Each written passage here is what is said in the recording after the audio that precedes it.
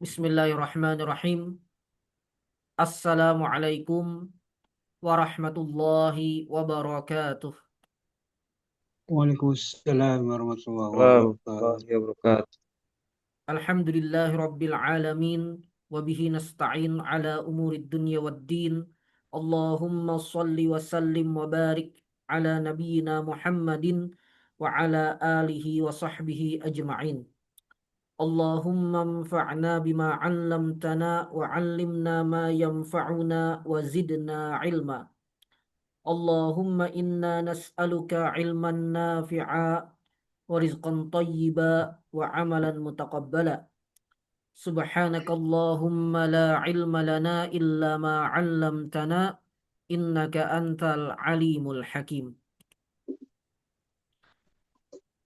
Qala Allah Ta'ala fi kitabihil karim wa ma kana al-mu'minuna liyanfiru kaffah فلولا نفر من كل فرقة منهم طائفة ليتفقهوا في الدين ولينذروا قومهم إذا رجعوا إليهم لعلهم يحذرون وقال رسول الله صلى الله عليه وآله وسلم من سلك طريقا يلتمس فيه علما سهل الله له طريقا إلى الجنة أما بعد أيها الإخوة حفظكم الله ورعاكم.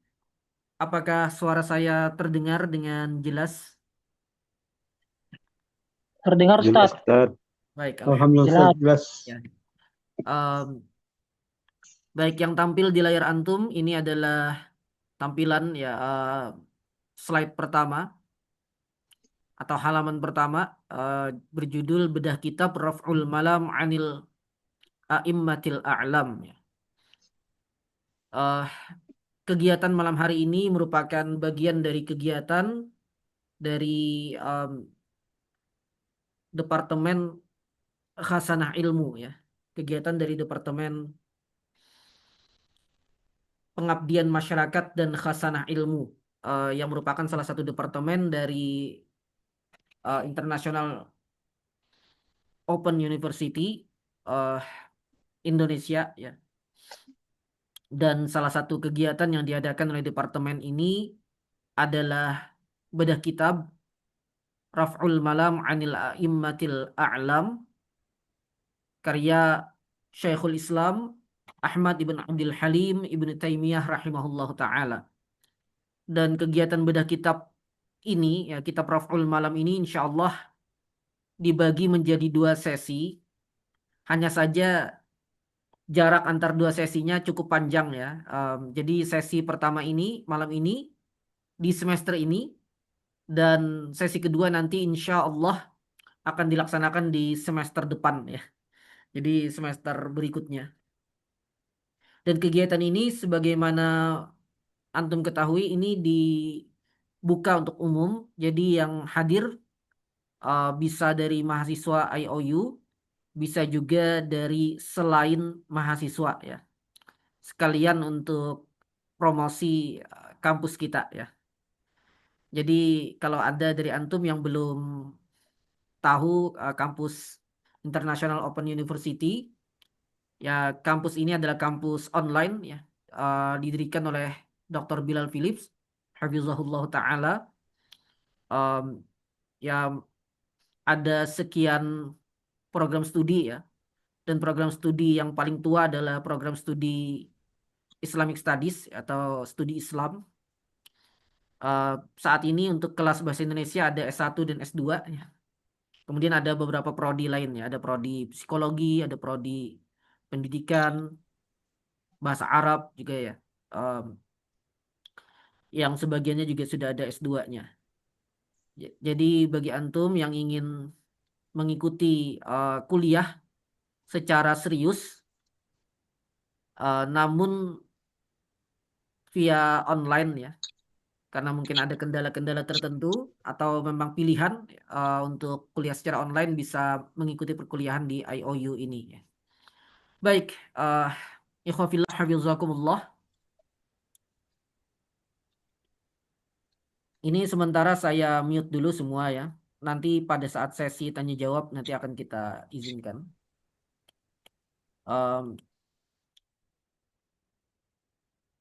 insya Allah bedah kitab kita malam hari ini kita bagi menjadi dua sesi. Sesi pertama adalah sesi um, ya penyajian materi yang akan saya sampaikan.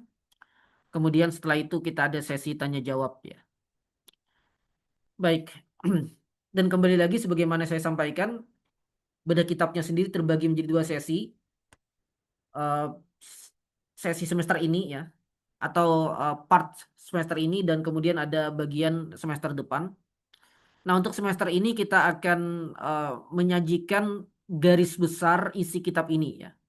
Meskipun tentu karena yang disampaikan adalah garis besar, jadi ada beberapa mungkin poin-poin perincian yang tidak sempat tersampaikan. Mudah-mudahan nanti bisa disampaikan di pertemuan berikutnya insya Allah ya. Baik, Raf'ul Malam Anil A'immatil A'lam. Antum bisa lihat di sini covernya, contoh covernya ya. Ini terbitan dari um, Darul Asimah ya. Bisa antum lihat. Meskipun kitab yang saya gunakan nanti terbitan dari Al-Maktab Al-Islami. Al-Maktab Al-Islami, saya punya kitab cetaknya. Eh, dan sebagian nanti akan ditampilkan di slide yang akan antum lihat ya. Baik, kita lanjut ya. Nah, ini cover dari Al-Maktab Al-Islami, kitab terbitan Al-Maktab Al-Islami. Kitab Raf'ul Malam Anil A'immatil A'lam merupakan salah satu kitab karya Syekhul Islam Ibnu Taimiyah rahimahullah. Judul kitab ini bisa kita terjemahkan secara harfiah dengan mengangkat celaan, ya. Raf'ul Malam, mengangkat celaan Anil A'immatil A'lam, dari para imam yang terkemuka. Judulnya sudah menunjukkan isinya ya, ikhwafillah ya. Judulnya sudah menunjukkan isinya, Raf'ul Malam Anil A'immatil A'lam. Mengangkat celaan dari para imam yang terkemuka. Kitab ini sesuai judulnya berisi pembelaan terhadap para ulama mu'tabar.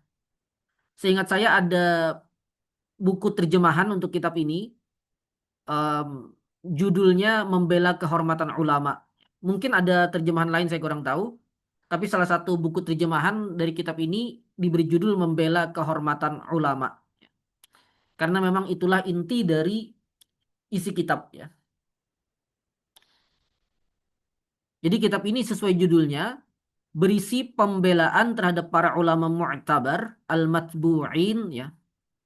Ini saya beri catatan ya ikhwafillah karena frase apa lafaz ulama itu kan maknanya beragam ya di masa kita sekarang ya. Di pemahaman kalangan umum kata ulama itu eh, ragamnya sangat-sangat banyak ya. Maka yang dimaksud di sini adalah al-a'immah al-matbu'in ya, para imam yang diikuti.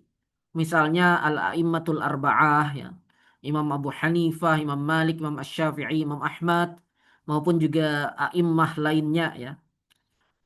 Misalnya Al-Auza'i, Al-Laits, Sufyan Ats-Tsauri, Sufyan ibn Uyainah dan lain-lainnya. Mereka lah yang dimaksud di sini ya. Baik. Nah, kitab ini sesuai judulnya berisi pembelaan terhadap para ulama mu'tabar, penjelasan kedudukan mereka, serta uzur untuk mereka ketika pendapat mereka menyelisihi hadis sahih. Ketika menyelisihi hadis sahih. Dan nanti akan dijelaskan juga mengapa mereka menyelisih hadis sahih tersebut. Dan ini kandungannya mirip-mirip dengan yang biasa ditulis oleh para ulama, asbabu ikhtilafil fuqaha. Sebab-sebab perbedaan pendapat para ahli fikih. Meskipun tidak keseluruhan ya, karena poin yang dibahas di sini terkait dengan mukhalafah al-ahadis as-sahihah ya. Penyelisihan terhadap hadis-hadis sahih. Jadi kalau asbabu ikhtilafil fuqaha, sebab-sebab ikhtilaf fuqaha itu kan lebih luas ya. Bisa terkait dengan qiyas dan lain-lain. Nah, namun banyak poin dari asbabu ikhtilafil fuqaha itu disebutkan oleh beliau di sini. Ya, meskipun dengan tema besar uzur kepada para ulama ketika pendapat mereka menyelisih hadis sahih ya. Baik. Inilah kitab yang akan kita pelajari. Kitabnya tipis ya ikhwafillah. Em, ini kitab yang saya punya, Al-Maktab Al-Islami, yang covernya terlihat di gambar. Ini totalnya 112 halaman. 112 halaman itu sudah dengan daftar isi dan segala macam ya. Jadi totalnya 112 halaman dan kitabnya kecil, ukurannya kecil. Ini mungkin A5 ya, sekitar A5 kayaknya ya. Atau malah lebih kecil lagi bisa jadi. Jadi lumayan kecil ya. Eh, kitab ini juga ada eh, kitab sautinya ya, apa namanya, audiobook.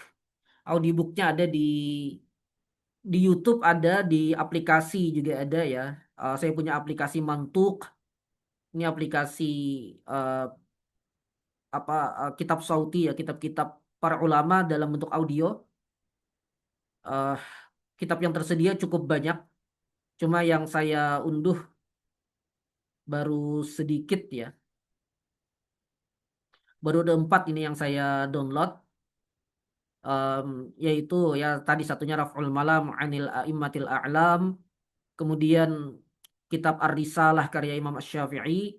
Kemudian Fathul Qarib, ini kitab fikih Syafi'i. Dan satu lagi kitabnya Imam Al-Ghazali, ya, Al-Munqidh Minad Dhalal. Ini 4 kitab. Tapi banyak sekali kitab tersedia di aplikasi Mantuk itu. Nah, di YouTube juga ada. eh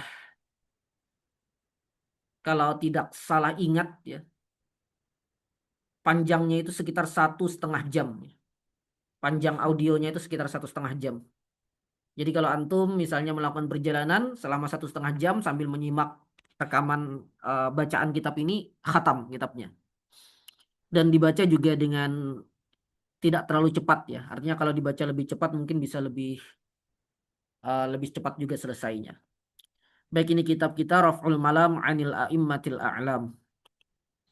Kandungan kitab ini saya kerucutkan ya, menjadi 4 poin ya. Meskipun kalau mau diperpanjang lagi akan sangat panjang ya. Cuma kita coba kerucutkan menjadi 4 poin dulu. Apakah ada PDF-nya? Ada ya, di internet ada. Ketika Raf'ul Malam Anil A'immatil A'lam. Versi Maktabah Syamilahnya juga ada ya. Em, nah, kandungan kitab, kedudukan para ulama dan komitmen mereka yang begitu tinggi pada sunnah Nabi. Satu. Dua, sebab dan uzur para ulama ketika menyelisihi hadis sahih. Tiga, kewajiban mengikuti dalil meski bertentangan dengan pendapat sebagian ulama. Ini poin penting makanya saya tekankan juga. Kemudian yang terakhir, ulama yang pendapatnya menyelisih hadis sahih mendapatkan uzur dan pahala. Jadi secara garis besar isi kitab itu mencakup atau menjelaskan 4 hal ini ya. Menjelaskan 4 hal ini. Itu isi kitab kita ya. Isi kitab Raf'ul Malam Anil A'immatil A'lam ini. Baik, kita coba lihat ya. Nah, ini bagian pertama tadi, kedudukan para ulama dan komitmen mereka yang begitu tinggi pada sunnah Nabi. Ini saya kutipkan di bagian awal kitab ya. Itu terlihat halaman 11. Tapi halaman 11 itu sebenarnya halaman pertama dari kitab ya. Karena halaman-halaman sebelumnya itu ada keterangan kitab, ada pengantar penerbit ya, ada apa namanya, kopian dari makhtutat, manuskrip ya. Jadi halaman pertamanya di halaman 11. Jadi ini meskipun tertulis halaman 11, sebenarnya adalah halaman pertama atau bagian pertama dari kitab ini. Nah, kata beliau wa ba'du ya. Fayajibu 'alal muslimin ba'da muwalatillahi ta'ala wa rasulihi sallallahu alaihi wasallam muwalatul mu'minin kama nataqa bihil Qur'an khususan al ulama. Ya. Wajib bagi kaum muslimin setelah bermualah ya, meletakkan loyalitas kepada Allah tabaraka wa taala dan rasulnya sallallahu alaihi wasallam. Kewajiban kaum muslimin kemudian adalah bermualah ya, memberikan loyalitas ya, kecintaan, keloyalan, kesetiaan gitu, kepada orang-orang beriman sebagaimana disebutkan dalam Al-Qur'an. Khususnya ya dari kalangan mukminin itu lebih khusus lagi adalah kalangan ulamanya. Alladzina hum warasatul anbiya, yang mereka merupakan pewaris para nabi, ahli waris para nabi ya, bahasa Indonesia yang lebih tepat ya. Em, yang mereka adalah ahli waris para nabi, ahli waris para nabi.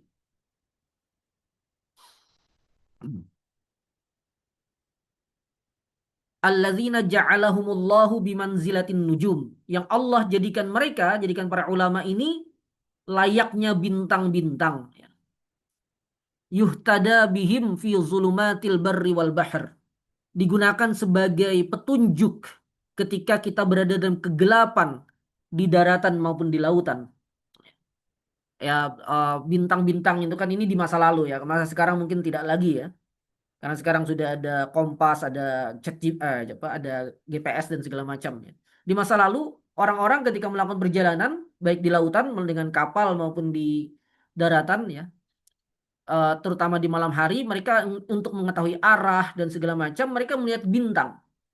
Mereka melihat bintang. Jadi dengan bintang itu mereka tidak nyasar ya. Mereka tidak tersesat. Nah, jadi para ulama diposisikan seperti itu. Diposisikan seperti itu.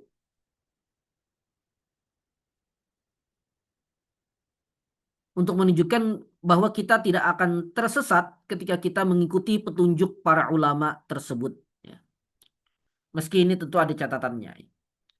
Waqad ajma'a al-muslimun, nah, kaum muslimin telah sepakat. Maksudnya para ulama kaum muslimin telah sepakat ala hidayatihim wa dirayatihim.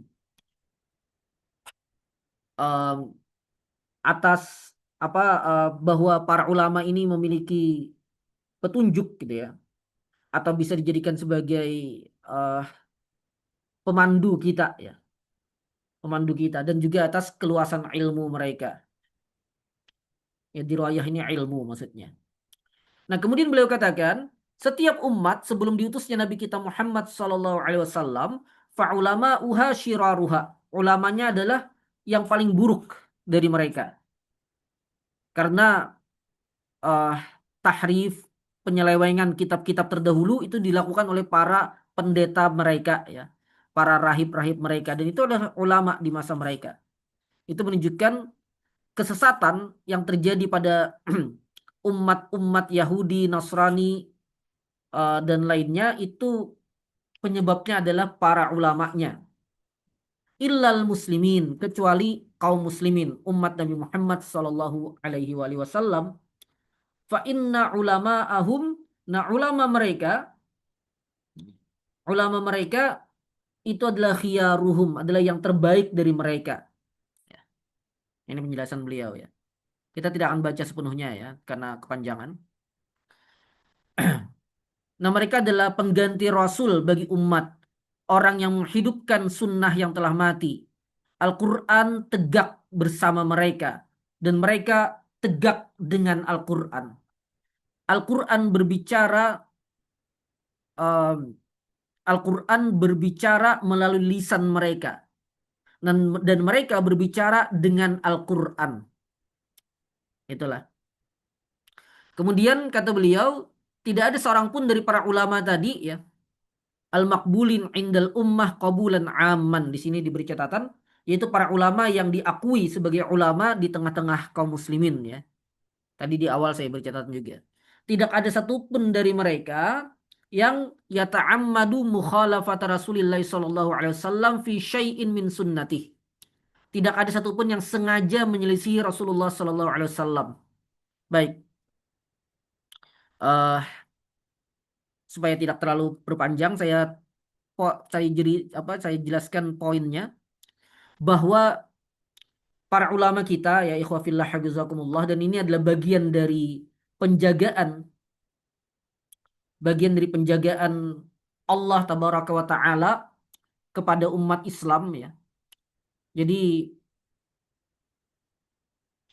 eh, umat Islam ini dijaga pertama dengan apa namanya, dengan terjaganya Al-Qur'an ya.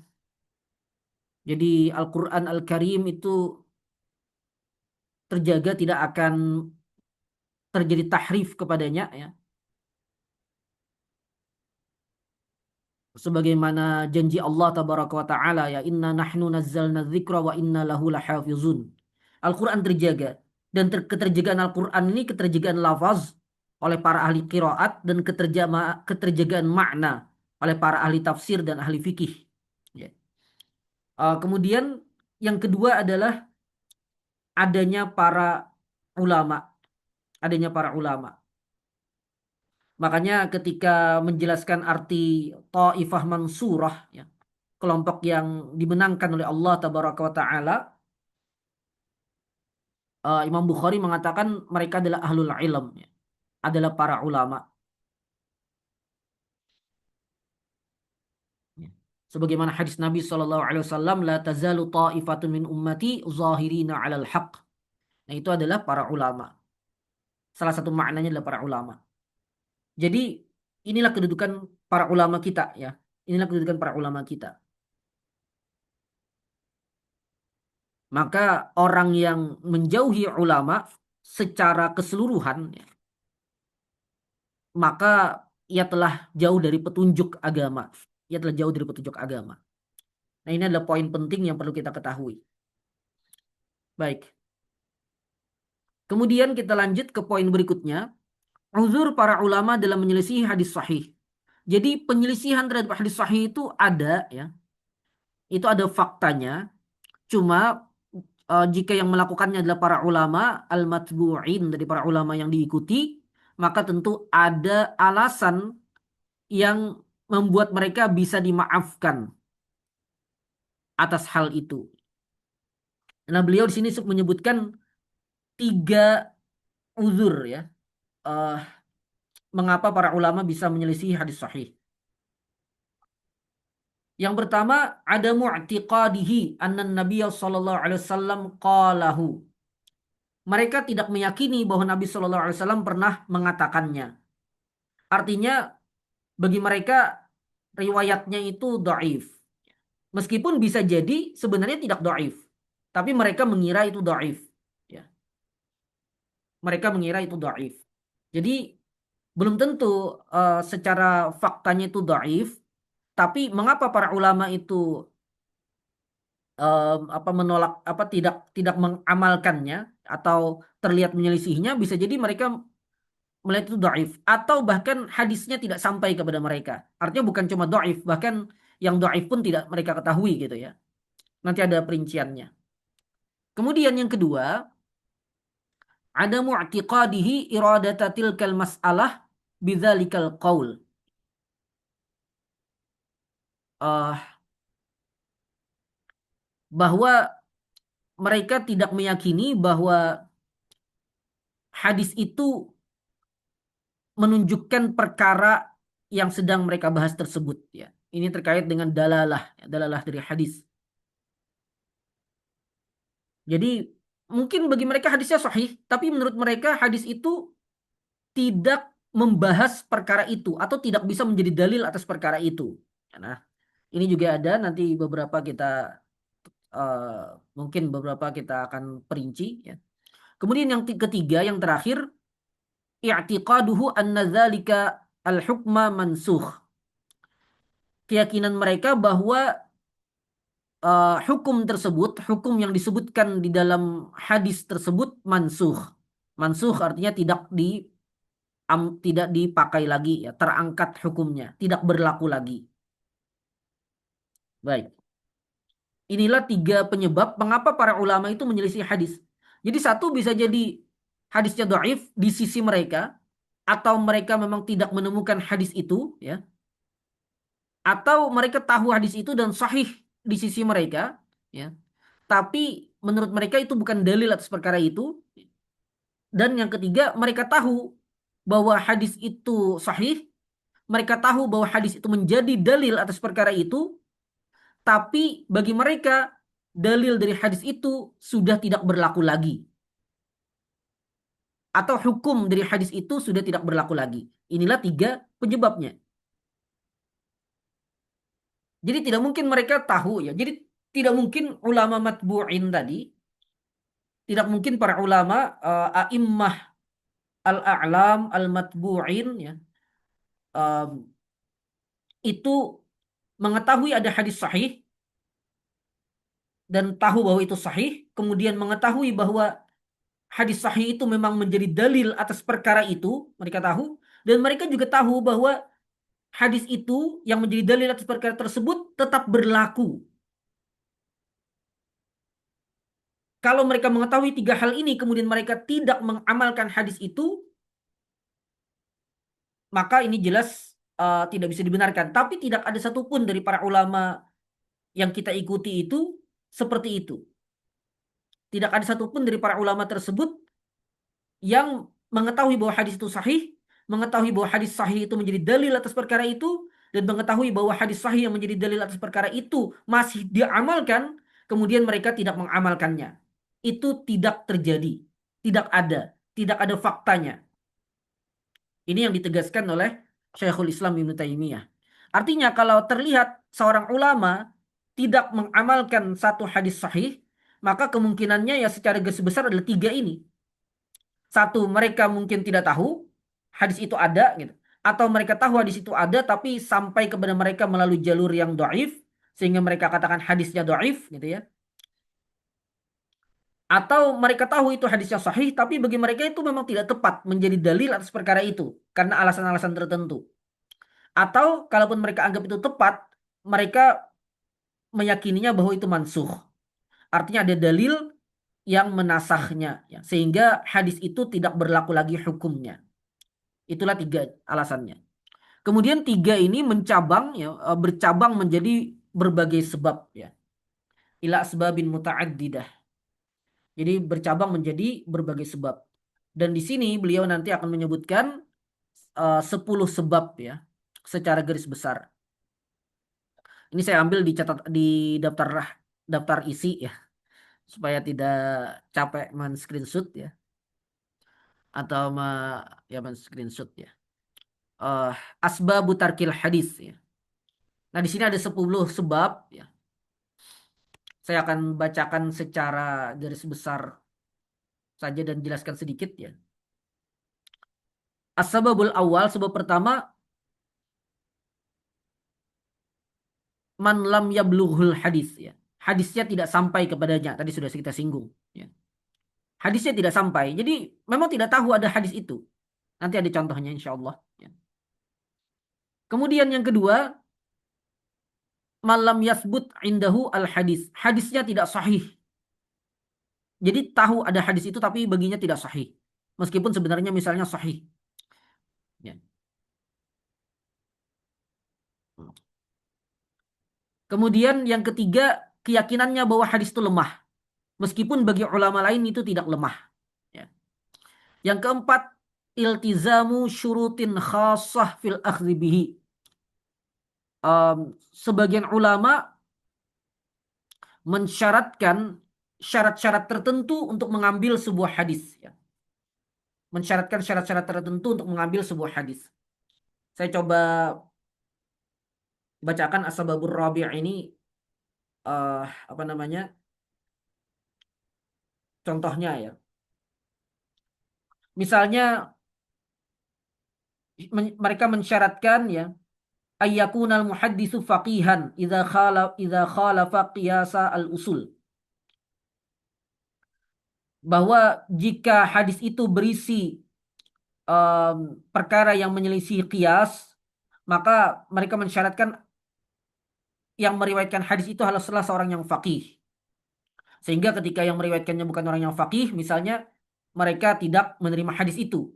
Padahal ulama lain tidak mensyaratkan itu. Ya, maka kemudian ya sebagian ulama mensyaratkannya, sebagian ulama tidak mensyaratkannya dan mengambilnya. Nah, yang mensyaratkannya karena melihat tidak terpenuhi syarat itu, hadisnya tidak mereka ambil. Itu diantaranya. Kemudian yang kelima, nisyanul hadis. Hadisnya sahih bagi mereka, tapi kemudian mereka lupa ada hadis itu. As-sababus sadis adamul ma'rifah bidalalatil hadis. Tidak memiliki pengetahuan terhadap makna yang ditunjukkan oleh hadis itu. dalalah dari hadis itu.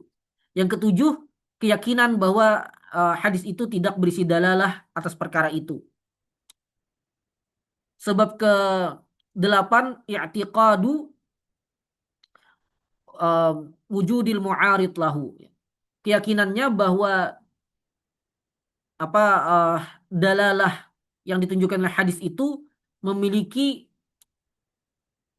sesuatu yang apa namanya menghalanginya gitu ya, menghalanginya sehingga sehingga bukan itulah yang dimaksud oleh hadis itu gitu.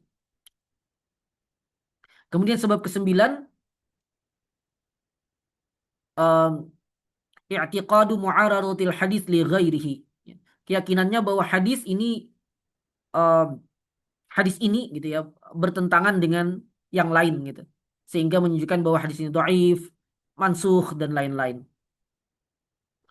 Kemudian sebab ke-10 mirip-mirip sedangkan ulama yang lain mimma la ya'taqiduhu ghairuhu uh, au jinsu mu'aridan. Tapi yang lain tidak meyakininya bertentangan. Nah, inilah 10 sebab yang memang di malam hari ini tidak akan kita ulas per sebab ya karena terlalu panjang. Nanti kita lihat apakah di pertemuan kedua akan kita sampaikan atau tidak ya. Karena ini sebenarnya kalau mau diulas lebih detail ya paling tidak 3 pertemuan ya. Cuma yang disediakan oleh pihak IOU hanya 2 pertemuan. Itu pun satu kali semester, satu semester ya. Jadi pertemuan kedua kita kan semester depan nih. Eh, tapi ini sebagai gambaran besar ya. 10 sebab mengapa ulama meninggalkan pengamalan hadis sahih. Inilah 10 sebab yang disebutkan oleh Syekhul Islam Ibnu Taimiyah. Dan beliau menyebutkan ini sebagai ya tadi sebab dan pemberian uzur gitu bahwa ini kewajaran gitu ya. Ini kewajaran bahwa ulama ini mengalami hal-hal ini sehingga mereka tidak mengamalkan hadis sahih. Ya. Ini sebuah kewajaran, bukan sesuatu yang nyeleneh gitu, bukan sesuatu yang menyimpang. Kita akan lihat sebagian contohnya. Ya, ini mudah-mudahan terlihat di layar antum ya, agak panjang.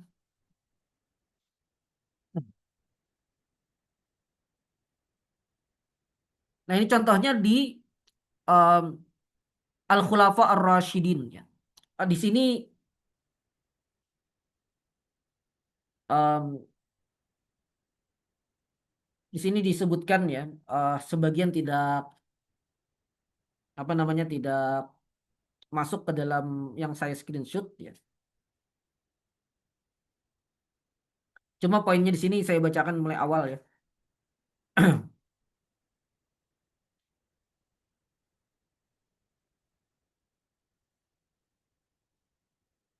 Fa innal ihatata bi hadisi Rasulillah sallallahu alaihi wasallam lam takun li ahadin minal ummah. Ya. Menguasai seluruh hadis-hadis Nabi sallallahu alaihi wasallam itu tidak ada pada seorang ulama pun gitu. Tidak ada, tidak berlaku pada seorang ulama pun. Artinya tidak ada satu ulama yang menguasai seluruh hadis Nabi sallallahu alaihi wasallam dan tidak ada yang luput darinya. Artinya tentu ada yang luput dari ulama tersebut.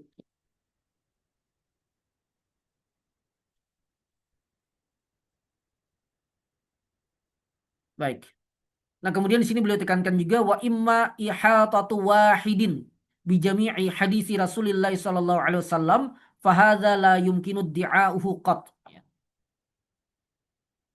Adapun penguasaan satu orang ulama pada seluruh hadis Nabi sallallahu alaihi wasallam ini tidak mungkin ya, tidak bisa diklaim oleh siapapun. Karena apa? Karena memang tidak ada faktanya gitu. Baik. Nah, kemudian beliau jelaskan tentang al-khulafa ar-rasyidin ya. Padahal hum a'lamul ummah bi umuri Rasulillah sallallahu alaihi wasallam wa sunnatihi wa ahwalihi. Mereka adalah uh, orang yang paling alim di tengah umat Islam terhadap Rasulullah sallallahu alaihi wasallam, khususnya As-Siddiq radhiyallahu anhu, khususnya Abu Bakar As-Siddiq radhiyallahu anhu yang hampir-hampir tidak pernah berpisah dengan Nabi, hadaran wala safaran, baik saat di Makkah dan Madinah maupun saat dalam perjalanan. Jadi sama sekali Abu Bakar ini hampir-hampir tidak pernah berpisah dengan Nabi. Artinya beliau ini sangat alim terhadap Nabi, gitu, terhadap sunnah. Demikian juga Umar, ya. Demikian juga Umar. Sampai-sampai Nabi dalam berbagai riwayat mengatakan, dakhaltu ana wa Abu Bakar wa Umar. Kharajtu ana wa Abu Bakar wa Umar. Ya. Saya, Abu Bakar dan Umar masuk. Saya dan Abu Bakar dan Umar keluar, gitu. Menunjukkan bahwa Nabi bersama Abu Bakar dan Umar ini sangat sering bersama, ya, dan keduanya ini adalah orang yang paling alim terhadap sunnah Nabi. Keduanya ini adalah orang yang paling alim terhadap sunnah Nabi. Hanya saja, meskipun begitu, ketika Abu Bakar radhiyallahu anhu ditanya tentang warisan nenek, ya, seorang nenek bertanya tentang jatah warisannya, kata Abu Bakar, ma laki fi kitabillahi min syai wa ma alimtu laki fi sunnati Rasulillah sallallahu alaihi wasallam min syai. Bagianmu tidak ada disebutkan dalam Al-Qur'an, gitu. Dan saya juga tidak mengetahui ada bagianmu dalam sunnah Rasulullah sallallahu alaihi wasallam. Tapi kemudian beliau katakan walakin as'alun nas, tapi saya akan bertanya kepada orang-orang.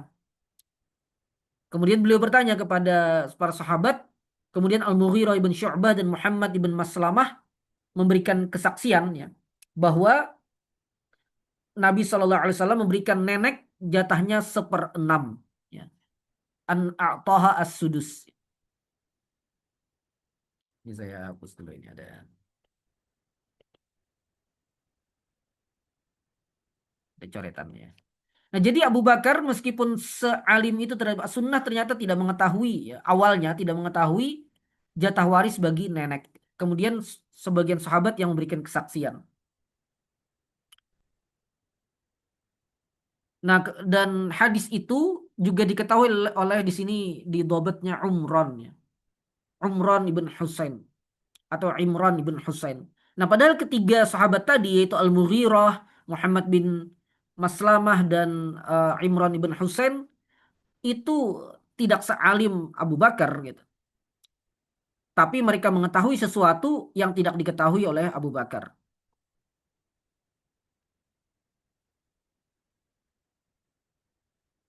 Kemudian Umar juga demikian, ya, tidak mengetahui sebagian perkara yang diketahui oleh sebagian sahabat yang lain. Contohnya di sini beliau tidak mengetahui bagaimana kedudukan Majusi dalam jizyah. Sampai Abdurrahman bin Auf menyampaikan kepada beliau sabda Nabi Shallallahu Alaihi Wasallam, ya, sunnu bihim sunnata ahlal sunnu bihim sunnata, di sini tertulis ahlal bait, ya. Tapi tampaknya yang benar adalah ahlal kitab, ya. Wallahu a'lam. Uh, apa perlakukan mereka sebagaimana perlakuan terhadap ahlul kitab. Jadi mereka juga diambil jizyahnya untuk Majusi. Nah, ini contoh sahabat Nabi Abu Bakar dan Umar sekalipun yang paling alim terhadap sunnah Nabi, ternyata dalam sebagian perkara tidak mengetahui ada hadis Nabi tentang perkara itu dan diketahui oleh sahabat yang lain. Nah, jika ini berlaku pada Abu Bakar dan Umar atau berlaku pada para sahabat Nabi yang mereka adalah orang yang paling dekat dengan Nabi, maka tentu ini juga berlaku kepada para ulama di masa-masa berikutnya. Tidak bisa dikatakan, oh memang wajar para sahabat itu saat itu tidak tahu sunnah Nabi. Karena mereka belum mencarinya, gitu. Nah, sedangkan para ulama di masa-masa berikutnya sudah mengumpulkan hadis-hadis itu.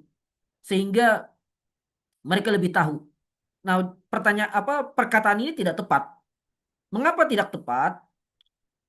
Karena orang yang hidup langsung dan membersamai Nabi tentu lebih alim terhadap apa yang ada pada Nabi dibandingkan orang yang hidup beberapa ratus tahun setelah mereka. Mereka cuma mendengar riwayat, ya. Asy-Syafi'i, Ahmad, Malik, Al-Bukhari, Muslim, Abu Dawud itu kan mendengarkan riwayat tentang Nabi dari guru mereka, dari syekh mereka. Sedangkan Abu Bakar, Umar, Utsman, Ali, Abdurrahman bin Auf dan lain-lain tadi itu langsung melihat Nabi, langsung mendengar perkataan Nabi dan hidup bersama Nabi. Mereka tinggal di Madinah bersama Nabi hingga Nabi wafat. Sehingga mereka tentu lebih alim. Apa yang ada pada mereka jauh lebih banyak daripada apa yang ada pada imam-imam setelah mereka. Maka kalau mereka saja luput sebagian hadis Nabi pada mereka, maka hal ini lebih wajar lagi terjadi pada ulama-ulama setelah mereka. Ya. Baik, ini sebagai contoh saja ya. Dan wajar kemudian ketika ulama itu tidak mengetahui hadis itu misalnya, kemudian mereka menetapkan hukum berdasarkan dalil-dalil yang lain. Dan itu bisa dimaklumi. Hanya saja ini juga sekaligus alasan mengapa mereka kadang terlihat menyelisih hadis-hadis Nabi ya, yang sahih. Baik.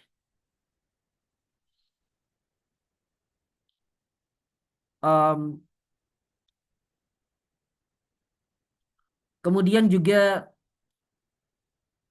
ini sebab yang lain ya. Ini cuma contoh ya. Sebab yang lain, kemudian tadi sebab pertama.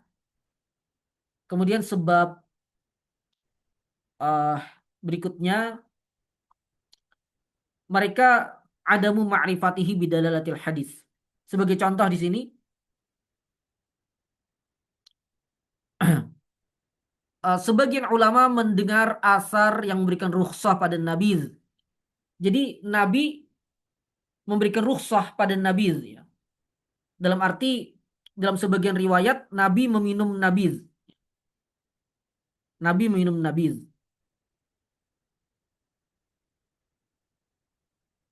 Nah, kemudian mereka pikir bahwa yang dimaksud nabiz dalam riwayat tersebut adalah salah satu jenis minuman yang memabukkan. Karena dalam bahasa mereka, nabiz itu adalah minuman yang memabukkan. Padahal bukan itu yang dimaksud gitu ya. Padahal bukan itu yang dimaksud. Padahal itu adalah minuman ya yang mereka apa istilahnya yang di apa namanya ya, yang di fermentasi gitu mungkin istilahnya ya. Tapi belum sampai pada titik memabukkan. Ya. Dan hal itu dijelaskan dalam hadis-hadis sahih yang lain gitu. Tapi sebagian ulama karena mendengar riwayat itu mereka pikir itu adalah minuman yang jenis minuman yang memabukkan. Kemudian mereka mendengar lafaz khamar dalam Al-Quran dan As-Sunnah. Fa'taqaduhu asiral inab al-mushtadda khassah. Mereka mengira bahwa itu khusus untuk hasil fermentasi anggur saja yang sampai pada tingkat apa memiliki bau yang menyengat dan itu tanda ini ya, tanda alkohol gitu ya dan itu menunjukkan bahwa ya sudah taraf memabukkan. Nah, mereka pikir khamar itu cuma pada perasan anggur itu saja. Binaan ala annahu kadzalika fil lughah. Berdasarkan bahwa secara bahasa dalam bahasa Arab pada sebagian bangsa Arab ya, kata khamar itu memang maksudnya adalah perasan anggur. Meskipun ada dalam sekian hadis sahih yang menjelaskan bahwa khamar itu adalah semua minuman yang memabukkan, baik dari anggur ataupun bukan. Nah, ini contoh gitu ya. Misalnya sebagian ulama yang membolehkan meminum nabiz, minuman yang apa terbuat dari perasan selain anggur. Jadi sebagian ulama Kufah ya diantaranya Imam Abu Hanifah dan beberapa ulama lain, mereka membolehkan meminum nabiz. Artinya perasan selain anggur ya, perasan selain anggur yang sudah sampai pada derajat sebenarnya itu sudah bisa memabukkan. Dengan syarat kata mereka meminumnya dalam jumlah sedikit dan peminumnya tidak sampai mabuk. Jadi secara zatnya itu sebenarnya zatnya sudah bisa memabukkan, tapi kalau diminum sedikit mungkin belum mabuk. Nah, selama masih diminum sedikit itu belum mabuk, belum memabukkan kata mereka maka boleh. Karena mereka memahami apa yang disebutkan ini tadi gitu. Adapun kalau perasan anggur, maka mereka tahu bahwa itu banyak atau sedikitnya tetap haram. Karena itulah khamar kata mereka. Sedangkan nabidh ini hal yang berbeda. Nah ini contoh gitu ya, mengapa mereka terlihat eh, apa eh, memahami hal yang berbeda gitu ya. Mereka memahami hal yang berbeda.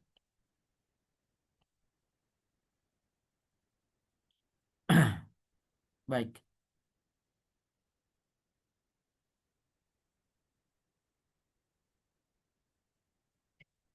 Nah kemudian di sini misalnya juga contohnya em, banyak dari ulama Kufah mereka menolak hadis sahih dengan alasan bertentangan dengan zahir Al-Quran. Argumentasi mereka bahwa apa namanya bahwa keumuman yang terdapat dalam zahir Al-Quran itu didahulukan daripada nas hadis. Ya. Eh, Contohnya misalnya ya pendapat mazhab Hanafi yang menyatakan membaca Al-Fatihah itu tidak apa namanya tidak bukan rukun ya di dalam sholat gitu misalnya. Sehingga jika ada yang membaca sebagian Al-Quran apapun itu gitu ya, apapun itu dari Al-Quran maka itu sudah membuat sholatnya sah ya. Meskipun tidak membaca Al-Fatihah karena bagi mereka yang ditunjukkan oleh Al-Quran adalah apa membaca sebagian dari Al-Quran tersebut gitu. Nah itu contohnya ya.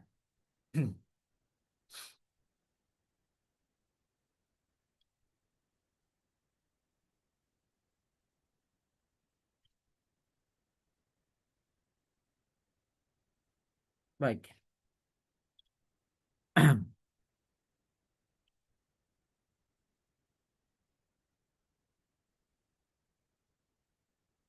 Kemudian juga di sini kamu aradati ta'ifatin minal madaniyin al haditha as-sahiha bi'amali ahli Madinah.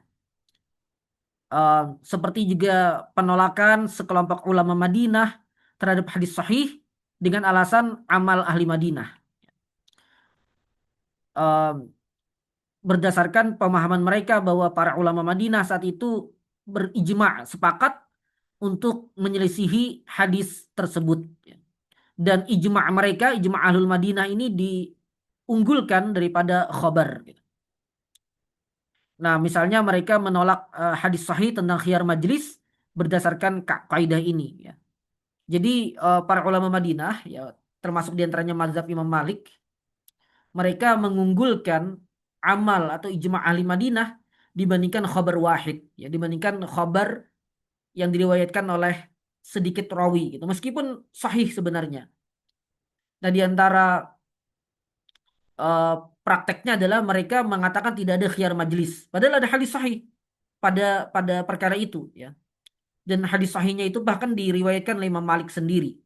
Tapi karena bagi mereka ulama-ulama Madinah sepakat bahwa khiyar majlis itu tidak ada, mereka mengunggulkan kesepakatan para ulama Madinah ini atas hadis sahih tersebut ya. Jadi hadisnya uh, al-bayyi'ani bil khiyar malam yatafarraqa ya. Dua pihak bertransaksi memiliki hak khiyar selama mereka belum berpisah. Hadisnya sahih secara riwayat, tapi oleh ulama eh, mazhab Maliki ya, oleh ulama Imam Malik ini tidak diamalkan. Zahir dari hadis itu tidak diamalkan karena dianggap menyelisihi amal ahli Madinah dan lain-lainnya dan banyak lagi gitu. Banyak lagi alasan-alasan bahwa para ulama menolak mengamalkan apa yang ditunjukkan oleh hadis sahih karena dianggap mereka bertentangan dengan dalil-dalil yang lain ya. Yang menunjukkan atas lemahnya hadis sahih tersebut atau mansuhnya atau dihapuskannya hukumnya atau maknanya perlu dialihkan kepada makna yang lain. Itu yang menjadi sebagian alasan para ulama tadi menyelisihi hadis sahih ya. Baik. Ini kalau kita baca perbagiannya akan sangat banyak contohnya ya. Nah, di sini kemudian beliau menegaskan tetap bahwa kewajiban kita adalah mengikuti dalil dan mengikuti pendapat yang dilandasi oleh hadis sahih. Kita lihat kutipan pernyataan beliau.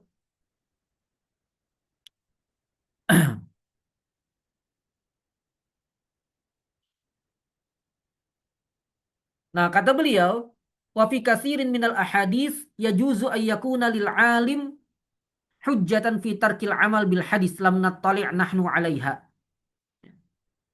Dalam banyak sekali hadis-hadis sahih, bisa jadi, ya boleh jadi seorang alim, seorang ulama memiliki hujjah sehingga mereka tidak mengamalkan hadis tersebut. Yang hujjahnya itu tidak kita ketahui. Yang hujjah mereka itu tidak sampai kepada kita atau tidak kita ketahui. Mungkin saja kata beliau seperti itu. Fa inna madarikal ilmi wasi'ah walam nattali' nahnu ala jami'i ma fi bawatinil ulama.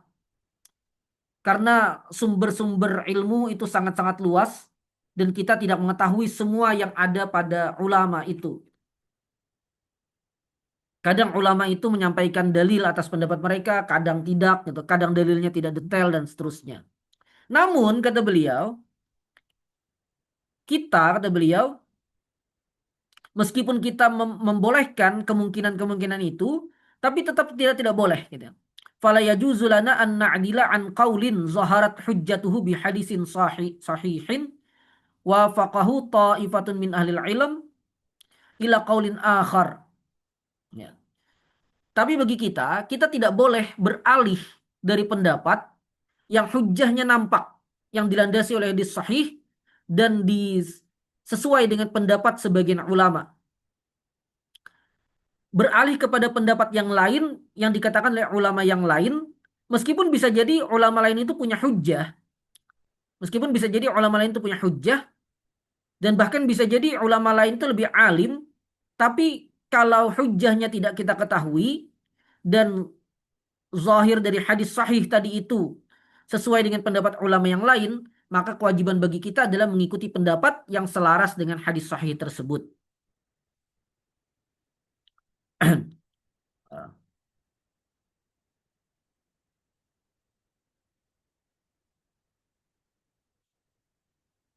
Iz tatarruqul khata ila ara'il ulama aksar min tatarruqihi ilal adillati syar'iyyah.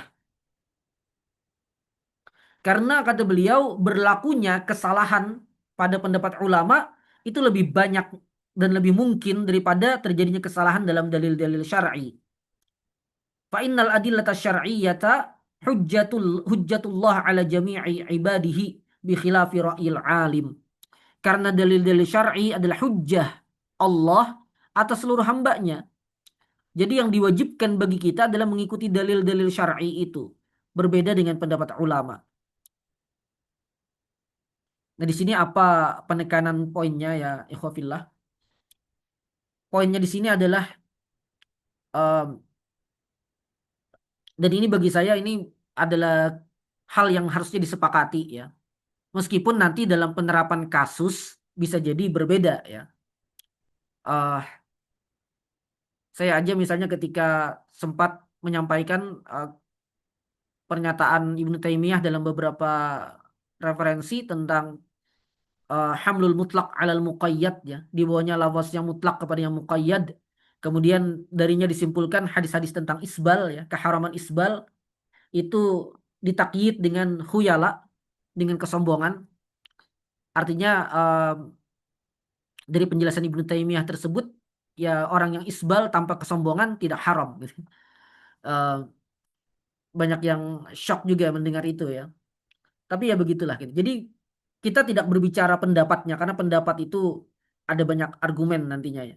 Tapi secara kaidah, secara prinsip bahwa yang wajib kita ikuti memang adalah dalil-dalil syar'i.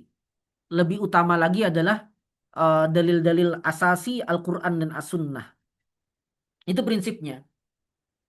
Jadi jika kalau ada yang bertanya, mana yang harus kita ikuti? Jika terjadi pertentangan antara dua hal, mana yang harus kita ikuti? Hadis sahih atau perkataan ulama? maka jawabannya sama sekali tidak boleh ragu bahwa jawabannya adalah hadis sahih. Mengapa? Karena hadis itu hujjah, dalil. Itu perkataan Nabi. Kita tidak boleh meninggikan ulama daripada Nabi, ya. Cuma memang pertanyaan berikutnya kan, apakah betul pendapat ulama itu menyelisih hadis Nabi tadi? Gitu. Itu pertanyaan berikutnya. Tapi secara prinsip harus, kalau ditanya mana yang harus didahulukan, hadis sahih atau perkataan ulama, jawabannya hadis sahih. Jawabannya hadis. Ya. Kecuali kalau Anda mengetahui hujjah dari ulama yang, ini bagi yang ini ya, kita tidak berbicara ranah awam yang tidak mengerti apa-apa. Awam ada kaidahnya tersendiri. Saya juga ada daurah tentang kaidah orang awam ya. Tapi bagi orang yang mampu meneliti dalil misalnya, dia tidak boleh beralih kepada pendapat ulama yang terlihat menyelisih hadis tadi, kecuali kalau dia mengetahui hujjah dari ulama itu dan berdasarkan penelitiannya, hujjah dari ulama itu sangat kuat, yang menunjukkan bahwa memang seharusnya meninggalkan hadis sahih tersebut karena alasan-alasan ilmiah tertentu. Nah, pada kondisi itulah baru dia boleh meninggalkan hadis sahih tersebut. Kalau tidak, tidak boleh baginya meninggalkan hadis sahih tersebut hanya sekadar demi mengikuti pendapat seorang ulama. Karena kedudukannya tidak sama. Dan ini bahkan terjadi pada para ulama yang mengikuti tradisi mazhab ya. Misalnya Al-Imam An-Nawawi ya, Yahya ibn Syaraf An-Nawawi, beliau uh, dalam banyak hal ya, beliau memiliki ikhtiarat. Ikhtiarat itu pendapat pribadi beliau. Bagi yang tahu mazhab Syafi'i dan pernah belajar mazhab Syafi'i, tentu akan memahami kedudukan Imam Imam ini ya, Imam Nawawi ya.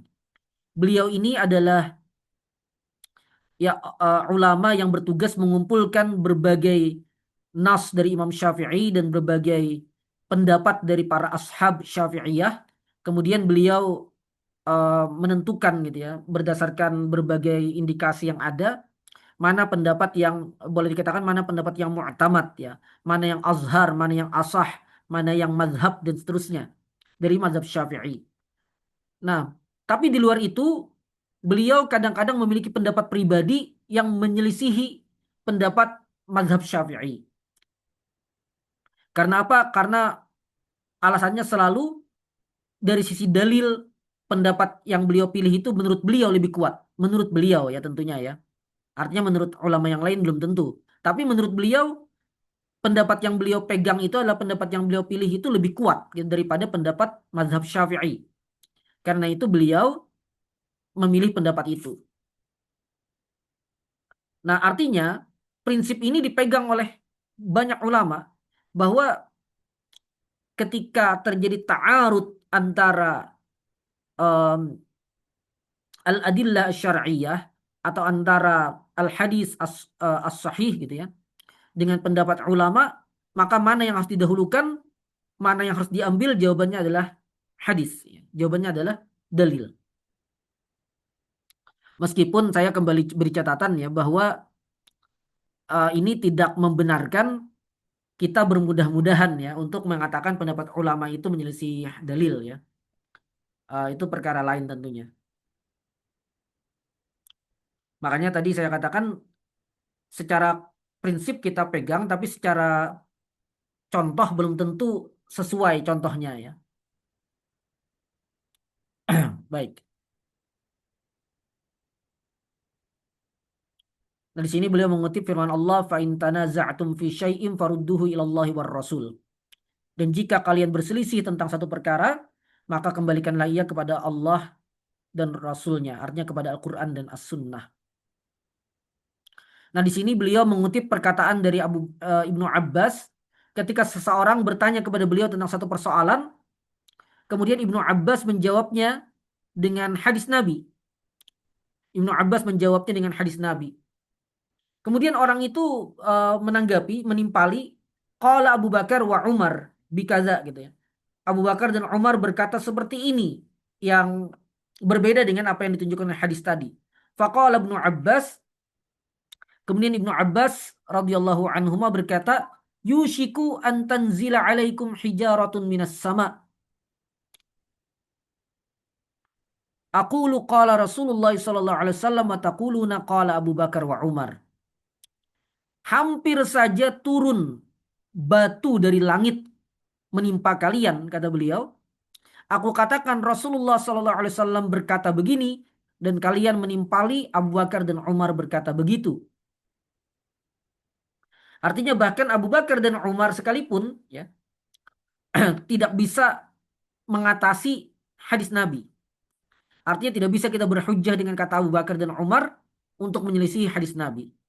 Ini prinsip yang disampaikan oleh Ibnu Abbas radhiyallahu anhuma.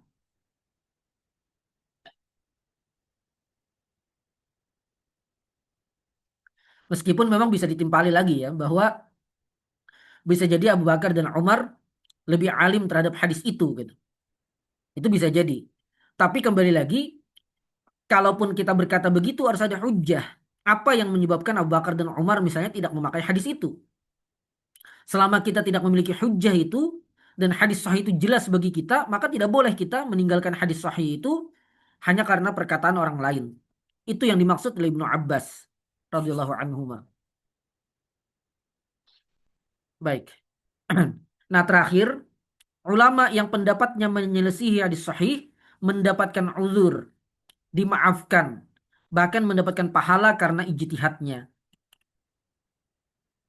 Nah, beliau katakan di sini um,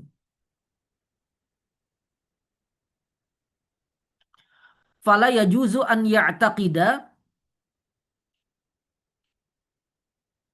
anna tarika lahu minal ulama alladzina wasafna asbaba tarkihim yu'aqabu likaunihi halalal harama au harramal halala au hakama bi ghairi ma anzalallah.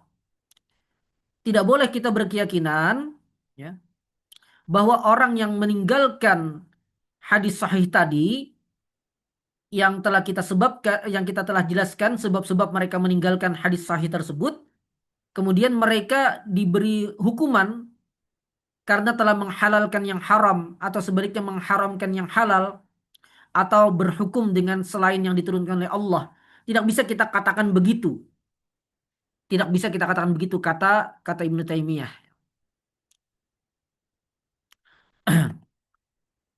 Atau misalnya di dalam hadis terdapat ancaman atas kalau melakukan sesuatu gitu ya.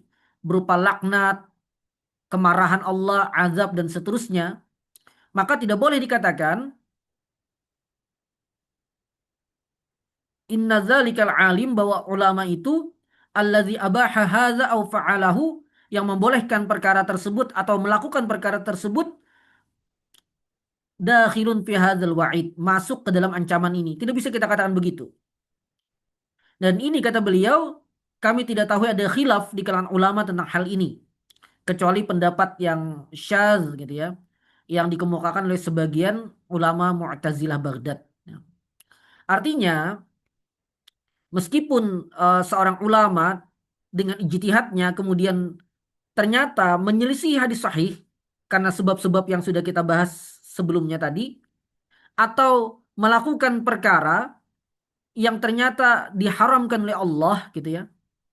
Nah, apakah kemudian sang alim tadi, sang ulama tadi eh, akan masuk neraka gitu atau akan mendapatkan dosa karena dianggap menghalalkan yang haram atau mengharamkan yang halal atau menetapkan hukum dengan selain yang diturunkan oleh Allah dan seterusnya. Apakah begitu? Jawabannya tidak. Jawabannya tidak.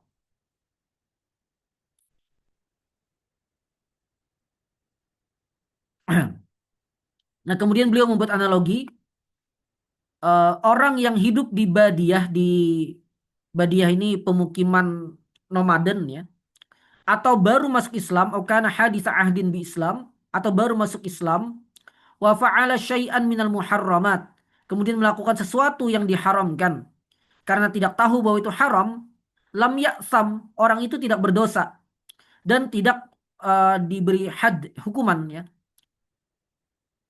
Meskipun orang yang tadi itu tidak menyandarkan penghalalannya itu pada dalil ya. Wa illam yastanid fi istihlalihi ila dalilin syar'i. Nah, maka kata beliau, orang yang tidak sampai hadis yang mengharamkan itu kepadanya dan dia bersandar menyandarkan kebolehan perkara itu kepada dalil syar'i yang lain selain hadis sahih itu, aula ayyakuna ma'dzuran, lebih layak lagi diberi uzur. Artinya kalau orang baru masuk Islam melakukan hal yang haram, diberi uzur, tidak berdosa karena dia tidak tahu, maka ulama yang berijtihad kemudian menetapkan bahwa perkara itu boleh karena sebab-sebab yang disebutkan sebelumnya, ya, sehingga sang ulama tadi tidak mengamalkan hadis sahih tersebut, maka lebih layak lagi diberi uzur dan lebih layak lagi dikatakan tidak berdosa. Karena orang yang baru masuk Islam tadi melakukan itu tidak berdasarkan dalil syar'i, hanya karena ketidaktahuannya. Sedangkan ulama yang berijtihad itu membolehkan perkara itu berdasarkan dalil syar'i yang sampai padanya. Maka yang bersandarkan pada dalil syar'i lebih layak diberi uzur. Artinya kalau orang yang baru masuk Islam tadi tidak berdosa, sang alim yang berijtihad tadi lebih layak lagi dikatakan tidak berdosa.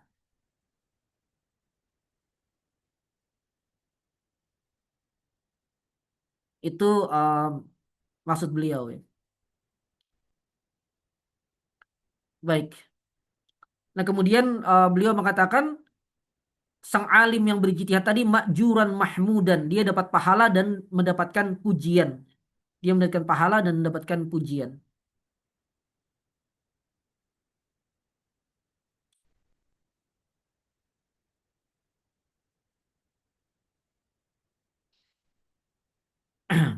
um, Qala Allah Subhanahu, Allah Ta'ala berfirman, ya. Wa Dawud wa Sulaimana idh yahkumani fil harsi idh nafashat fihi ghanamul qaum wa kunna li hukmihim syahidin. Daud dan Sulaiman, ya, ingatlah kisah Daud dan Sulaiman ketika keduanya memberikan keputusan mengenai tanaman karena tanaman itu dirusak oleh kambing-kambing kepunyaan satu kaum, ya. Dan kami menyaksikan keputusan yang diberikan mereka itu. Jadi ada kasus dibawa kepada Nabi Daud sebagai raja Bani Israel, dan kasus itu kemudian dibawa juga kepada diketahui juga dan diputuskan juga oleh anaknya Nabi Daud, Nabi Sulaiman. Jadi keduanya memberikan putusan yang berbeda. Fafahamnaha Sulaiman. Kemudian kami berikan pemahaman lebih kepada Nabi Sulaiman.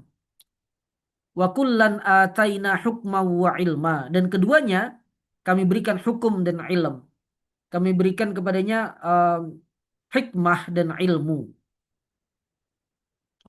Nah, fakhtassa Sulaiman bil faham. Allah mengkhususkan Sulaiman dengan pemahaman. Wa asna alaihima bil hukmi wal ilm. Dan memuji keduanya, memuji Daud dan Sulaiman karena memiliki hikmah dan ilmu. Artinya apa? Artinya putusan Daud dan Sulaiman ini alaihimassalam yang benar adalah putusan dari Nabi Sulaiman. Jadi yang benar, putusan yang benar dan dinyatakan oleh Allah itu adalah putusannya Nabi Sulaiman. Sehingga Allah katakan fafahamnaha Sulaiman. Pendapat yang benar itu pendapatnya Sulaiman. Pendapat Daud berarti keliru. Tapi Allah tidak mencela Daud alaihissalam, tapi malah memuji bahwa keduanya sama-sama memiliki hukum dan ilm. Ini menunjukkan mau pendapat yang benar maupun pendapat yang salah itu sama-sama makjur mahmud, sama-sama mendapatkan pahala dan sama-sama terpuji. Ini yang beliau jelaskan, ya. Beliau berdalil dengan surah Al-Anbiya ayat 78 ini, 78 dan 79 ini untuk menunjukkan bahwa pendapat yang keliru itu tidak berdosa selama berdasarkan ijtihad yang sah. Meskipun hasilnya menyelisih hadis sahih. Ya. Tapi pendapat yang benar memang cuma satu. Nah, pendapat yang benar cuma satu, tapi pendapat yang salah tetap berpahala. Dan hal ini ditegaskan oleh Nabi SAW. Idza jitahadal hakim fa asaba falahu ajran. Wa idza jitahada fa akhta'a falahu ajrun wahid. Ketika seorang hakim berijtihad dan benar ijtihadnya, dia dapat dua pahala. Pahala benarnya dan pahala ijtihadnya. Dan kalau dia ijtihad dan keliru, maka dia dapat satu pahala, yaitu pahala ijtihadnya. Baik. Nah, ini ada beberapa contoh lagi ya. Di sini saya kutipkan satu saja terakhir ya. Bahwa Nabi SAW bersabda, "Idzal taqal muslimani bisayfaihima fal qatil wal maqtul finnar." Ketika dua orang Islam bertemu dengan pedang mereka, artinya saling membunuh, maka yang membunuh dan yang terbunuh sama-sama masuk neraka. Nah, ini wajib diamalkan karena sahih ya, tentang haramnya saling membunuh tanpa hak. Kemudian kata beliau, kita mengetahui bahwa ahlal jamal wasifin, ya orang yang terlibat dalam perang Jamal. Perang Jamal itu perang antara Ali radhiyallahu anhu dengan Aisyah radhiyallahu anha dan beberapa sahabat lainnya. Sedangkan Siffin ini perang antara Ali radhiyallahu anhu dengan Muawiyah ya radhiyallahu anhu. Perang antara sahabat, sesama kaum muslimin saling berperang. Kemudian kata beliau, kita mengetahui laisu finnar, mereka ini tidak masuk neraka. Li'anna lahum uzran atau ta'wilan fil qital. Karena mereka memiliki uzur atau takwil yang membuat mereka melakukan peperangan. Dan mereka juga memiliki banyak kebaikan ya, eh, yang mencegah mereka mendapatkan ancaman finnar tadi. Nah, ini contohnya ya, bahwa meskipun hadis sahih menyatakan demikian, bukan berarti orang yang menyelisihinya itu otomatis terkena ancaman itu. Selama yang melakukannya itu berdasarkan ijtihad yang sah, maka mereka tidak terkena ancaman tersebut. Kembali lagi, sebagaimana kita sampaikan di awal tadi, bahwa uh, ulama yang pendapatnya menyelisih hadis sahih mendapatkan uzur, bahkan mendapatkan pahala karena ijtihadnya. Dan ini ketinggian kedudukan para ulama, sebagaimana kita sebutkan. Karena kata beliau juga, kalau setiap ulama diwajibkan pendapatnya harus benar, maka itu sangat memberatkan mereka. Maka tugas mereka adalah berijtihad segenap kemampuan mereka. Masalah benar atau salah itu bukan lagi tanggung jawab mereka. Selama mereka telah berijtihad dengan cara yang sah. Jika tidak, maka itu akan memberikan mereka beban yang terlalu berat ya. Padahal Allah Ta'ala berfirman, "Wa ma ja'ala 'alaikum fid dini min haraj." Allah tidak memberikan kesulitan, kesempitan dalam agama ini. Wallahu a'lam bissawab. Baik, demikian ikhwafillah hafizakumullah. Eh, masih ada waktu. Kalau ada hal-hal yang mau diperjelas, mau ditanggapi, silakan ya. Saya baca chat dulu kalau ada. Apakah kajian seperti ini ada di jurusan bahasa Arab? Saya kurang tahu, tapi ini kajian umum saja ya. Ini kajian umum dari Departemen IOU, jadi bisa diakses oleh siapapun. Baik, silakan kalau ada yang mau disampaikan terkait materi kita.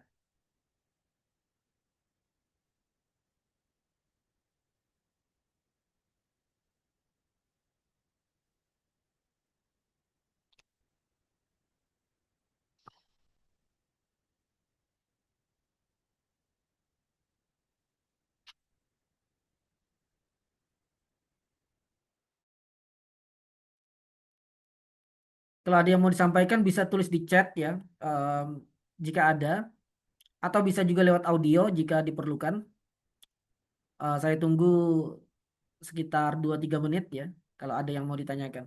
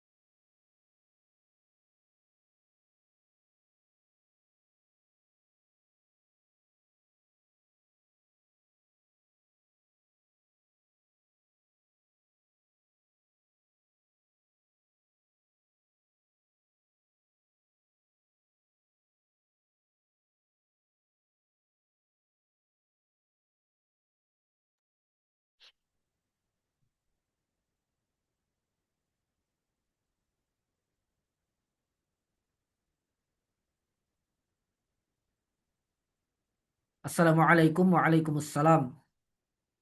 Adakah contoh pendapat Imam Nawawi yang menyelisihi Imam Syafi'i?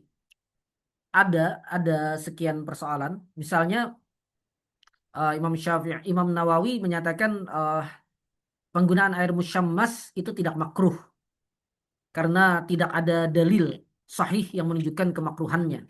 Sedangkan Imam Syafi'i kan mengatakan makruh ya.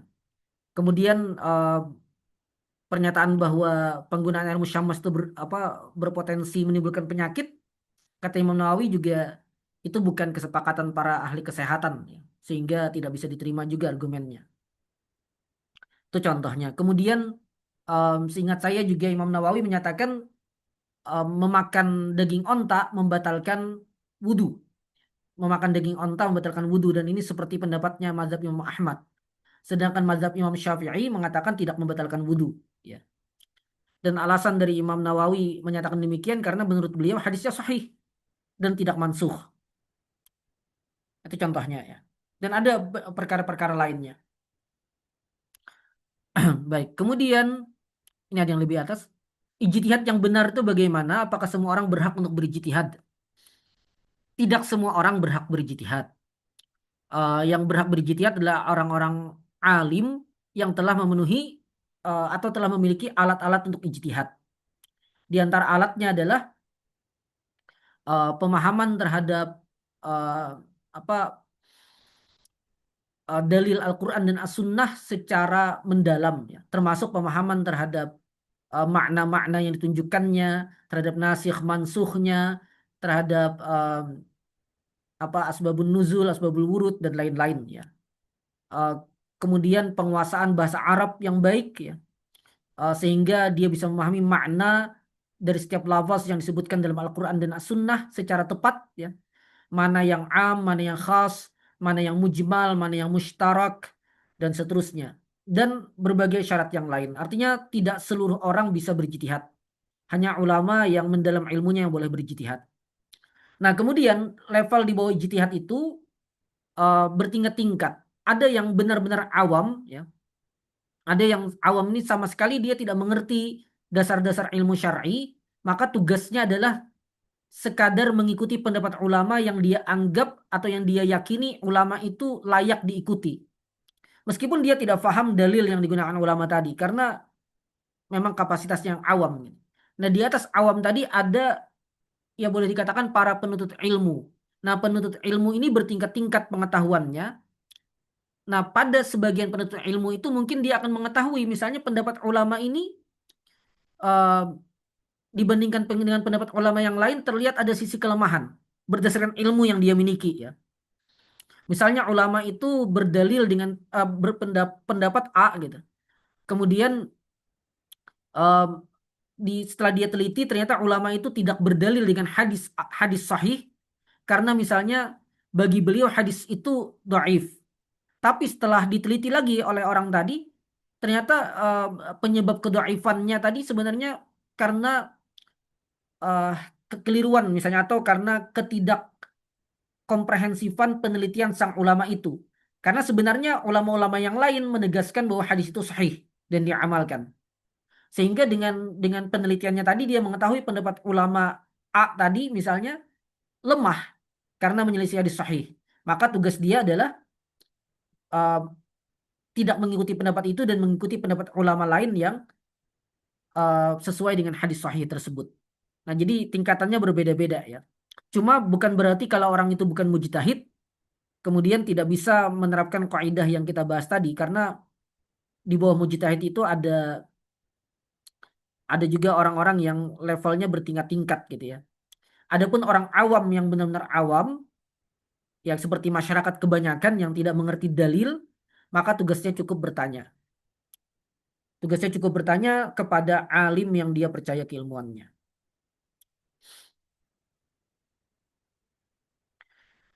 Ini beberapa saja mungkin yang saya jawab ya karena waktu kita aja.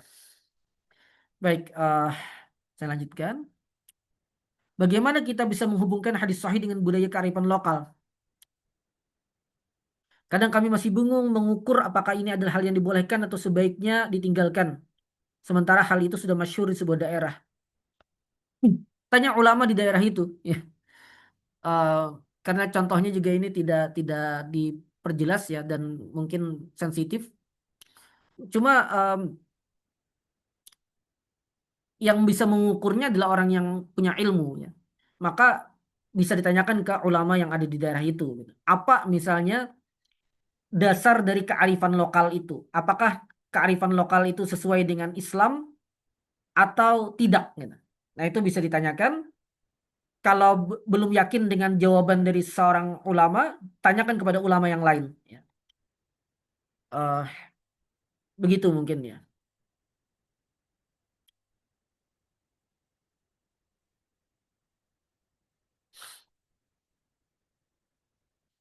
Kalau ada selisih pendapat seperti barusan, kita ambil pendapat yang mana?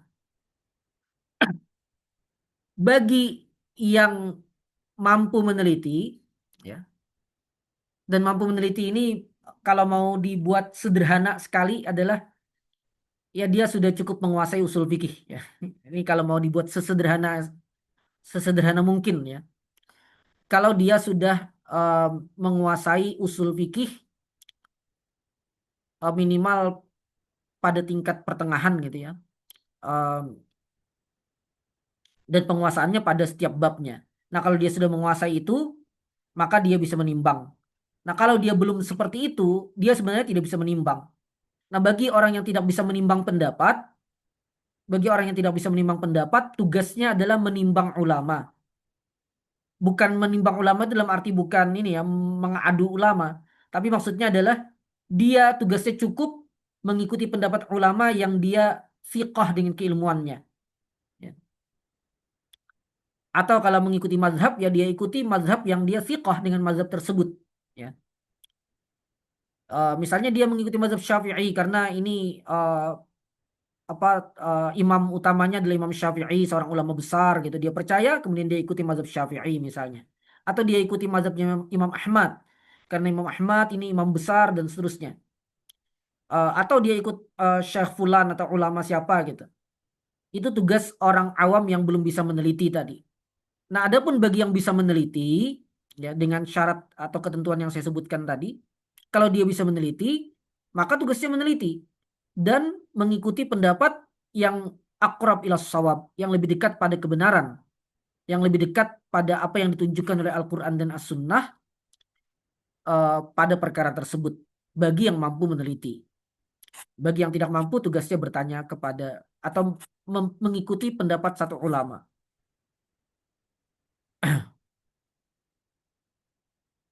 Baik, ini terakhir nih pertanyaan Muhammad Atollah tadi. Muhammad Atollah ini terakhir ya. Yang lain setelahnya saya tidak tanggapi lagi karena waktunya. Apa perbedaan antara ijtihad yang salah dan pendapat yang syadz? Saya bingung antara ijtihad yang makjur dengan paham kaum liberalis kontekstualis yang menafsirkan hukum semaunya. Ijtihad yang makjur yang dapat pahala itu selama masih sesuai dengan kaidah-kaidah keilmuan yang mu'tabar. Dari mana kita tahu ya dari belajar ya. Kalau kita mempelajari kaidah-kaidah yang disusun oleh para ulama untuk menjelaskan Al-Quran, As-Sunnah dan seterusnya, maka kalau dari hal itu lahir ijtihad, meskipun ijtihadnya misalnya keliru, ia tetap dapat pahala. Nah, sebaliknya tadi contohnya paham liberalis, kalau kita memiliki pemahaman yang baik, kita akan mengetahui ke apa namanya ya, kekeliruan fatal dari pendapatnya itu. Satu, biasanya pendapatnya tidak akan mengikuti kaidah-kaidah keilmuan yang baku. Dua, bisa jadi dia menabrak ijma' yang jelas-jelas adalah ijma' dan lain-lain. Jadi bisa dilihat dari argumentasinya kita akan tahu bahwa pendapat ini adalah ijtihad yang kalau bahasa saya dengan mudah itu masih masuk nalar fikih gitu ya.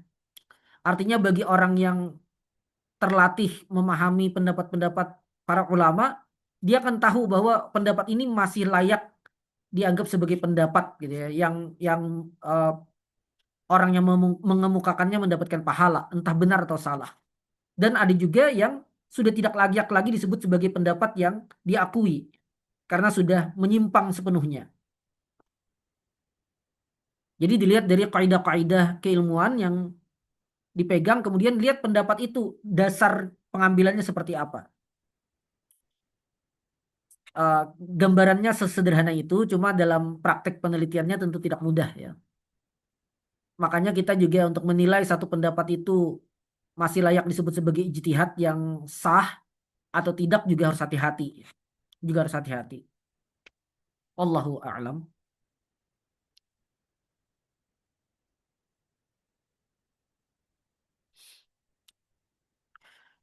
Harus mengikuti hadis sahih ketimbang pendapat ulama. Dengan pertanyaan lebih lanjut, apakah benar pendapat ulama tersebut memang bertentangan dengan hadis sahih? Berhubung banyak yang awam, benarkah sikap lebih baik itu bersangka baik pada ulama tersebut dengan meninggalkan hadis sahih? Ah, Pertama, mukhalafatul hadis as-sahih itu juga bukan sesuatu yang mudah ya. Em, karena itu kalau awam betulan, tadi kan saya jawab di pertanyaan sebelumnya, ada yang awam yang tidak mengerti sama sekali em, melihat dalil ya. Maka tugas dia adalah bertanya kepada ulama yang dia fiqh keilmuannya. Nah, sebaliknya bagi orang yang mampu meneliti dalil dia teliti gitu. Pendapat-pendapat itu termasuk tadi kalau ada klaim bahwa pendapat itu menyelisih hadis sahih, maka perlu dia teliti apa hujjah para ulama tersebut dalam meninggalkan hadis sahih tersebut. Karena hujjahnya itu bisa jadi diterima, bisa jadi juga tidak. Eh, dan dari situ dia bisa putuskan mengikuti pendapat yang mana kalau mampu meneliti. Nah, bagi orang awam yang tidak mampu meneliti, dia cukup fiqh dengan keilmuan para ulama yang dia ikuti, tanpa perlu pusing-pusing terhadap ini ya, terhadap eh, apa perincian dalilnya ya. Kecuali kecuali kecuali pada kasus misalnya dia mengikuti pendapat seseorang dalam satu perkara, kemudian dia mengetahui bahwa pendapat itu dikritik keras oleh hampir semua orang, gitu. Dan bahwa pendapat itu misalnya tidak mu'tabar, pendapat itu cuma kesalahan sepenuhnya dari orang tersebut dan seterusnya, dan hampir-hampir semua informasi yang dia dapatkan menunjukkan bahwa pendapat itu memang keliru, gitu. Maka yang seperti itu tidak bisa lagi diikuti. Yang seperti itu tidak bisa lagi diikuti. Karena kemungkinan besar memang salah sepenuhnya. Tapi selama itu bukan pada tingkat itu, misalnya pada khilaf yang masyhur dalam sebagian perkara gitu ya. Misalnya saja khilaf antara Imam Ahmad dengan Imam Syafi'i misalnya tentang qunut subuh. Nah, maka mungkin gitu ya. Pendapat Imam Ahmad bagi mazhab Syafi'i dianggap menyelisih hadis sahih gitu yang menyatakan qunut subuh itu tetap berlaku.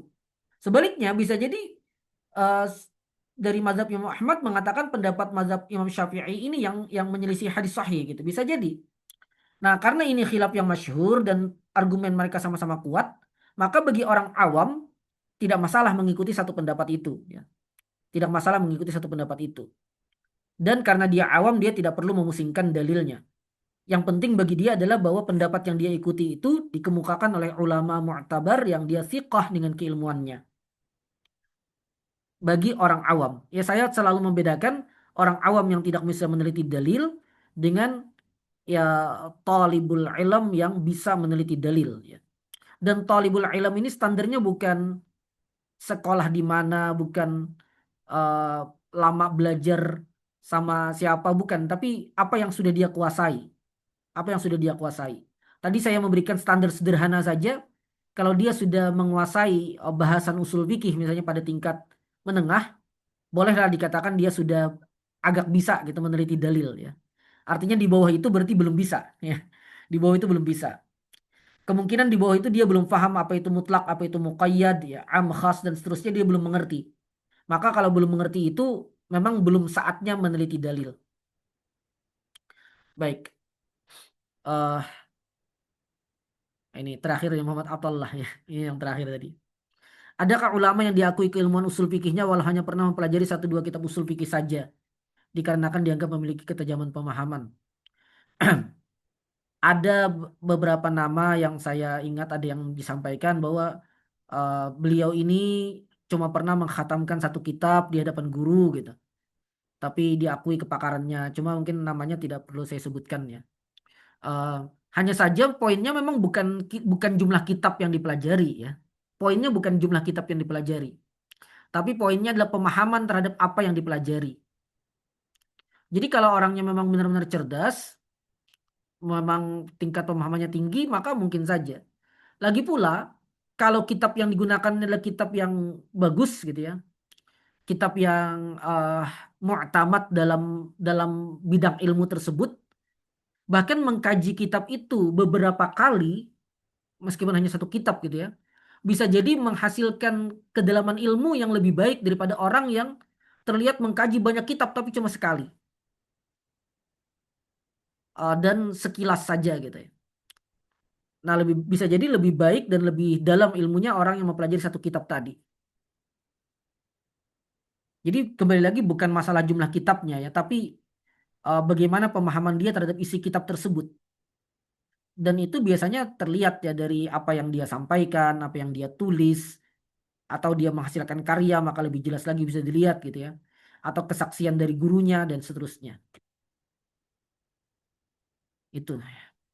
Jadi kembali lagi juga dalam thalabul ilm kita meskipun memang mempelajari banyak kitab mungkin akan dapat banyak faedah ya. Tapi setiap thalibul ilm apalagi saat ini kan banyak ini ya, banyak program gitu ya. eh, Kajian apapun ya, fikih eh, apa dan lain-lain gitu ya, fikih, usul fikih dan lain-lain. Kadang ada kajian yang kitabnya itu berderet banyak gitu ya. Dan bagus juga. Cuma setiap kita perlu memahami bahwa sebenarnya yang diperlukan tuh bukan banyaknya kitab, tapi pemahaman yang baik terhadap materi yang disajikan. Ya. Jadi apa sih misalnya belajar fikih? Apa sih yang kita inginkan? Kita memahami fikih toharah dengan baik. Misalnya pakai mazhab tertentu, artinya kita memahami fikih toharah sesuai mazhab Syafi'i dengan baik. Memahami fikih toharah sesuai dengan mazhab Hambali dengan baik. Atau yang tanpa mazhab juga. Misalnya memahami fikih toharah sesuai dengan dalil-dalil syar'i yang ada gitu misalnya. Nah maka tujuannya adalah itu. Jadi tujuannya bukan jumlah kitab, tapi tujuannya adalah dia paham. Tujuannya dia paham. Nah, kalau dia bisa memahami hal itu hanya dengan misalnya satu dua kitab, ya misalnya ya, dia bisa memahami itu, sisanya mungkin dia mutolaah sendiri, maka sudah memang sudah cukup. Ya. Eh, Sebaliknya kalau ada orang yang mengkaji banyak kitab tapi yang muter-muter saja misalnya dan dia tidak paham-paham juga ya tidak tidak tidak banyak manfaatnya juga. Itu mungkin wallahu a'lam. Eh, Baik kita cukupkan ya ikhwafillah hafizakumullah. Pelajaran terpenting dari kajian kita malam hari ini, Raf'ul Malam 'anil a'immatil a'lam, adalah husnuzon pada para ulama. Bersangka baik pada para ulama bahwa satu, mereka itu adalah orang yang sangat komitmen terhadap as-sunnah. Satu. Dua, mereka adalah orang yang sangat mendalam ilmunya terhadap as-sunnah. Ya. Husnuzon kita pada para ulama. Sehingga kita tidak tergesa-gesa juga menuduh ulama ini pendapatnya menyeleweng, pendapatnya menyimpang karena menyelisih hadis gini. Itu penting. Jadi husnuzon kepada para ulama. Kemudian berikutnya adalah jika pun terbukti pendapat ulama itu keliru atau menyelisih hadis tadi itu, tetap saja sang ulama dan orang-orang yang mengikuti pendapat ulama itu mereka mendapatkan uzur. Jadi mereka tidak berdosa ya. Selama ya apa namanya selama mereka memang belum mengetahui bahwa pendapat mereka itu keliru. Jadi mereka tidak berdosa. Nah, kemudian poin terakhir adalah meskipun kita memahami ini, tetap saja yang menjadi kaidah penting ya. Kalau terjadi ta'arud tadi antara pendapat ulama dan hadis, maka yang diikuti adalah hadis. Saya mengatakan ini bukan dalam rangka meremehkan pendapat ulama ya tentunya. Dan bukan dalam rangka untuk mengatakan ya sudah tinggalkan saja pendapat ulama. Tentu bukan begitu. Ini sekadar kaidah untuk menegaskan kepada kita bahwa yang menjadi dasar itu memang hadisnya. Adapun pendapat ulama itu kan upaya pemahaman terhadap hadis itu atau dalil-dalil yang lain. Artinya ini memang susah dipraktekkan bagi orang awam, tapi kalau kita terus belajar kemudian sampai pada satu titik ya, ketika kita sampai pada satu titik, ketika kita sudah belajar banyak ya dan kita sudah sampai pada satu titik, kita akan diberi pilihan sebagaimana Imam Nawawi tadi misalnya ya. Misalnya kita mengikuti pendapat satu mazhab atau mengikuti pendapat satu ulama. Sebelum ini kita mengikuti pendapat itu. Karena ya kita thiqah dengan apa yang disampaikan oleh sang ulama tadi atau dari mazhab tersebut. Namun pada titik tertentu misalnya kita mampu meneliti dan setelah kita lakukan penelitian secara serius ternyata kita temukan pendapat ulama ini lemah min haitsud dalil dari sisi dalil. Nah, lalu apa pilihan kita? Apakah tetap bertahan dengan pendapat itu karena mengikuti sang ulama atau mengikuti mazhab tersebut atau berpindah pendapat kepada pendapat yang lebih selaras dengan dalil? Kalau kita mengikuti jejaknya Imam Nawawi dan para imam yang lain, ya termasuk Syekhul Islam Ibnu Taimiyah juga, kalau kita mengikuti jejak mereka, yang mereka ikuti adalah yang lebih dekat dengan dalil syar'i tersebut, yang lebih kuat dari sisi dalil. Itu yang dipilih oleh mereka. Itu yang dipilih oleh seluruh imam matbu'in ya. Maka kalau kita sampai pada titik itu, tugas kita juga harusnya seperti itu. Itu mungkin ikhwafillah hafizakumullah. Semoga bermanfaat. Mohon maaf atas segala kesalahan. Hadanallahu wa iyyakum ajma'in. Wassalamualaikum warahmatullahi wabarakatuh.